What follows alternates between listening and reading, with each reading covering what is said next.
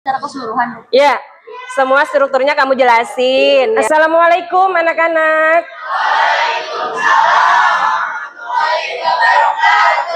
Selamat pagi semuanya. Bagaimana kabarnya hari ini? Alhamdulillah. Sebelum kita memulai pembelajaran pagi ini, silakan ketua kelas untuk memimpin doa terlebih dahulu.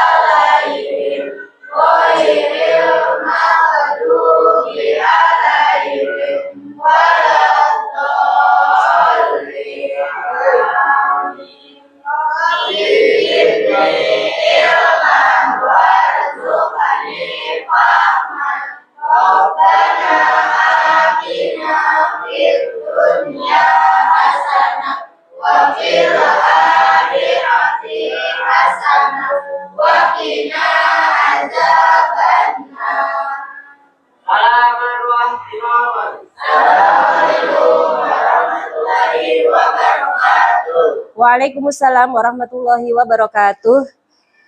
Ibu absen terlebih dahulu. Yang tidak hadir hari ini siapa? Arifin. Ada yang lain? Tidak ada. Alhamdulillah yang lain sehat ya. Jaga kesehatan selalu. Semangat semua dalam menerima pembelajaran. Kita ice breaking terlebih dahulu ya. Ice breakingnya, jika ibu bilang angka 1, maka kalian yang dipegang kepala. Jika ibu bilang angka 2, kalian pegang tangan. Dan jika ibu bilang angka 3, kalian pegang perut. Bisa dipahami? Bisa.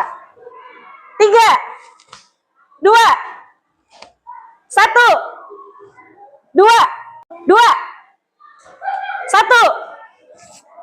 Dari cerpen kemarin kita juga sudah belajar unsur-unsur cerpen, terus ada struktur cerpen. Unsur-unsur cerpen kemarin juga terbagi menjadi 2. Ada unsur apa saja, Nak? Ada unsur intrinsik. Apa itu unsur intrinsik? Unsur yang membangun cerpen dari dalam. Ya, unsur cerita yang membangun cerpen dari dalam. Jadi unsur-unsur yang berasal dari dalam cerita itu sendiri itu disebut unsur intrinsik. Lalu dalam unsur itu ada yang disebut apa itu tokoh? Ya, tokoh adalah pelaku. Pelaku atau orang yang terlibat langsung dalam sebuah cerita itu disebut tokoh. Ya, diantaranya ada apa saja, Nak? Ada tema, ada alur, ada apa lagi? Ada tokoh, ada apa lagi? Ada penokohan, ada apa lagi? Ada latar atau setting, ada apa lagi? Sudut pandang, terus ada manat. Ya, tema itu adalah kemarin sudah kita belajar. Tema itu adalah inti bahasan atau pokok bahasan yang ada dalam cerita yang disajikan. Lalu ada alur. Alur itu rangkaian atau jalannya peristiwa itu terjadi, alur. Kemudian ada tokoh. Tokoh adalah pelaku atau orang-orang yang ada atau yang terlibat langsung dalam cerita tersebut. Ada penokohan ya. Kalau tokoh itu orangnya, kalau penokohan itu perwatakannya. Wataknya tokoh itu bagaimana? Baikkah? Jahatkah? Ya, itu biasanya kalian dapat melihat penokohan itu dari interaksi langsung atau dialog atau penceritaan atau narasi dalam sebuah cerita dari tokoh tadi. Kemudian ada latar, ada setting ya. Ada latar atau setting itu adalah setting waktu atau tempat kejadian waktu berupa waktunya, berupa tempatnya, atau berupa suasana.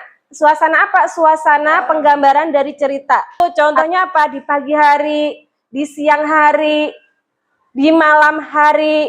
Ada latar tempat. Latar tempat itu yang bagaimana? Siswa kelas 9 belajar di kelas yang paling pojok. Berarti latar tempatnya yang mana?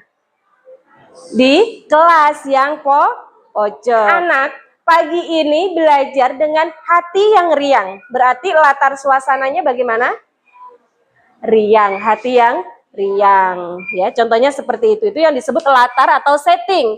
Kemudian ada sudut pandang. Sudut pandang itu gaya penceritaan dari penulis atau pengarang itu menggunakan sudut pandang yang keberapa ya. Entah itu sudut pandang orang pertama, orang kedua, atau orang ketiga. Lalu ada yang ketujuh, unsur yang ketujuh itu ada amanat. Amanat itu pesan moral ya. Pesan moral yang ingin disampaikan oleh penulis atau pengarang. Ya, itu ada 4. Yang pertama ada orientasi. Orientasi adalah bagian pengenalan dari tokohnya, dari tema ceritanya, dari alurnya, itu ada pada bagian orientasi. Kemudian ada rangkaian peristiwa. Rangkaian peristiwa itu apa?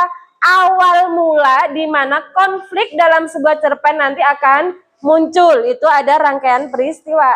Lalu komplikasi. Komplikasi itu puncak dari permasalahan dalam cerpen itu disebut bagian komplikasi. Setelah ada masalah, setiap ada masalah pasti akan ada yang namanya penyelesaian masalah. Penyelesaian masalah itu disebut atau adanya di bagian resolusi, ya, bagian penyelesaian masalah endingnya.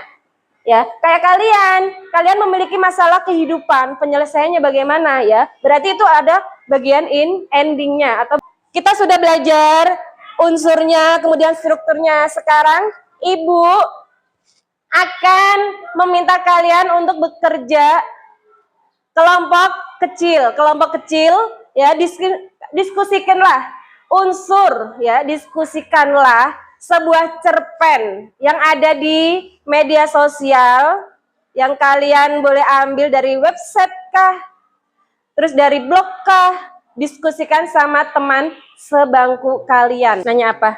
Cara menentukan struktur cerpen bagaimana, Bu? Cara menentukan struktur cerpen, kamu baca dulu ini keseluruhan dari cerpen, bagian-bagian mana saja, kan itu kan tadi udah dijelasin kan, orientasi itu yang bagaimana orientasi kan pengenalan itu biasa ada di bagian awal pengenalan, kemudian setelah pengenalan itu biasanya akan diikuti bagian rangkaian peristiwa. Bagian rangkaian peristiwa itu tadi awal mula peristiwa yang dihadapi tokoh itu muncul tadi bagaimana kamu tentukan. Berarti itu kalau bagian pengenalan peristiwa berarti kan itu bagian yang setelah orientasi.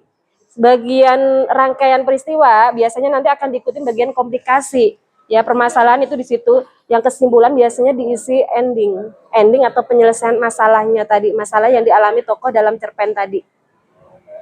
Kamu pahami dulu setiap paragraf dalam cerpen yang sudah kamu cari. Menentukan tokoh utama bagaimana? Tokoh utama itu biasanya tokoh yang sering muncul dalam cerita. Ini cerita ini itu yang dibahas siapa tokohnya, ya, fokus utamanya itu kemana, yang sering muncul itu siapa, dan yang diceritakan dalam cerita itu siapa. Itu yang disebut tokoh utama. Kita belajar ada unsur intrinsik, ada unsur ekstrinsik. Kemudian kita belajar struktur cerpen. Ya, sekarang Ibu akan minta kalian untuk berdiskusi kelompok ya.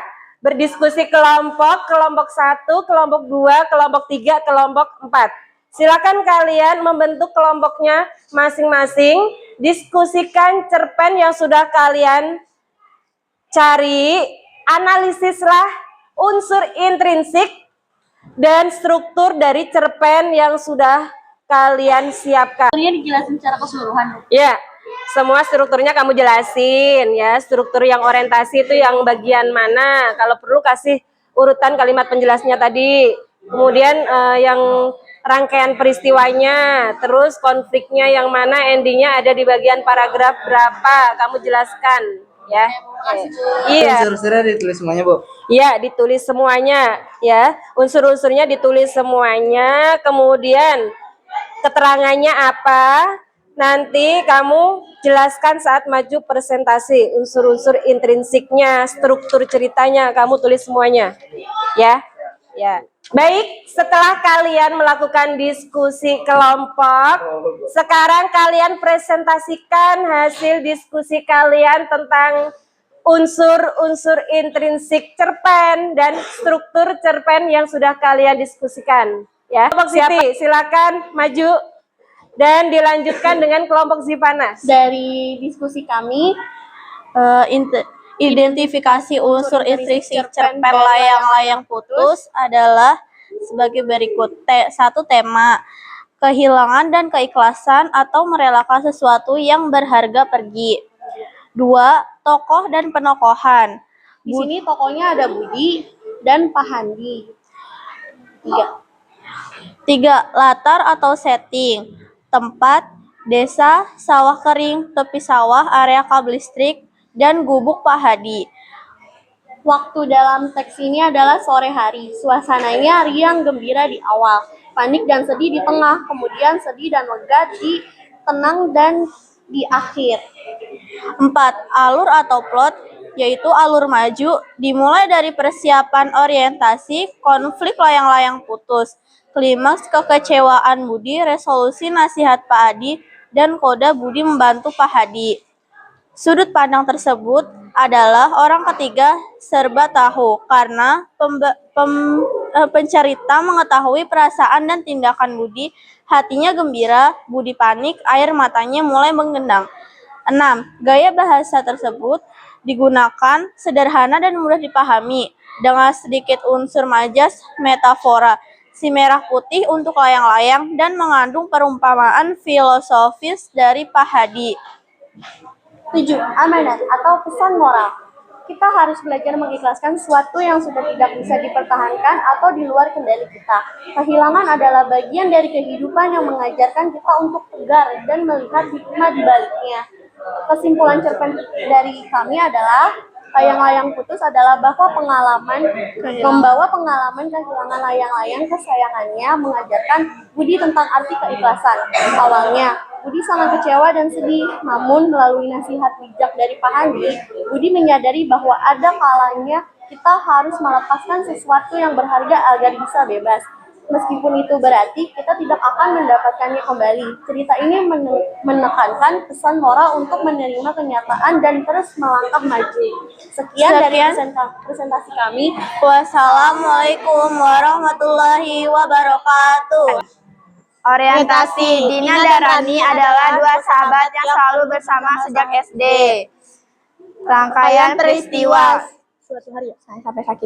Suatu hari, Rani tidak masuk sekolah karena sakit. Bagian ini menunjukkan awalnya munculnya konflik, komplikasi. Dina merasa sedih dan kecewa karena Rani tidak lagi memperhatikannya. Disinilah terlihat konflik batin antara dua sahabat akibat perubahan sikap. Resolusi berapa hari kemudian, Rani datang ke rumah Dina meminta maaf.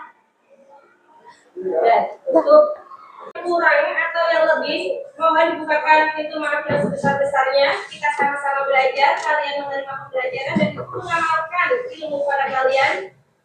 Dan semoga untuk pembelajaran-pembelajaran yang lain juga kalian dapat menerimanya dengan baik, dengan penuh semangat untuk selalu menambah wawasan ke depannya, ilmu pengetahuan kalian, gali semua potensi dari Bapak Ibu guru yang mengajar, jangan hanya kepada itu saja.